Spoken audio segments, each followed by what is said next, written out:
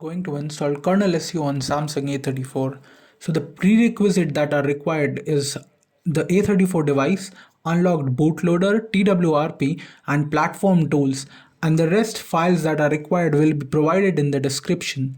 So here, what is Kernel SU? It's nothing but root, and it can hide root at a kernel level. So we prefer to use this if you are using it on a primary device.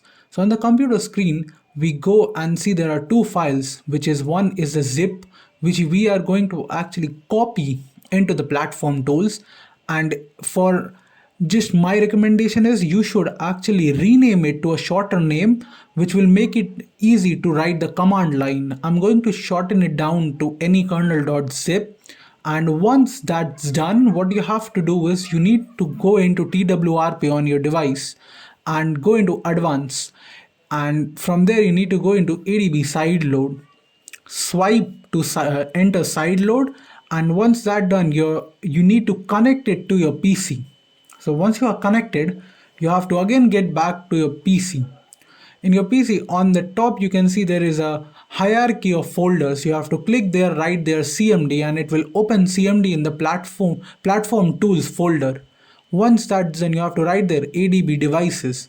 For the first time you will need to allow it something, and it will take some time to start, and you can see my device is detected in the sideload mode.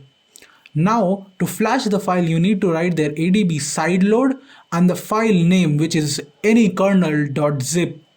I'll just write it down there and hit enter. Once you hit enter on your device, you'll start seeing a progress bar appearing, and on your screen also you'll see serving any kernel.zip, and it will get stuck at 49. So you don't have to panic there. It's actually done the flashing part. Now it's doing the installing part on the device.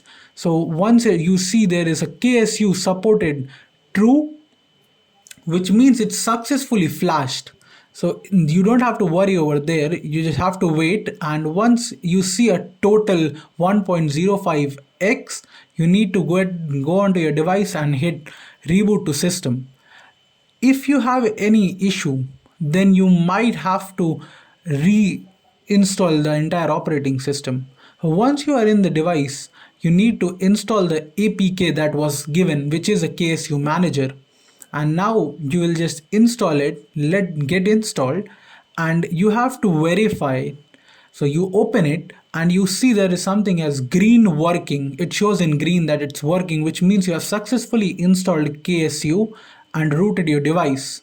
So if you see there red, which means you haven't done it properly, you need to do it properly. So thank you for watching.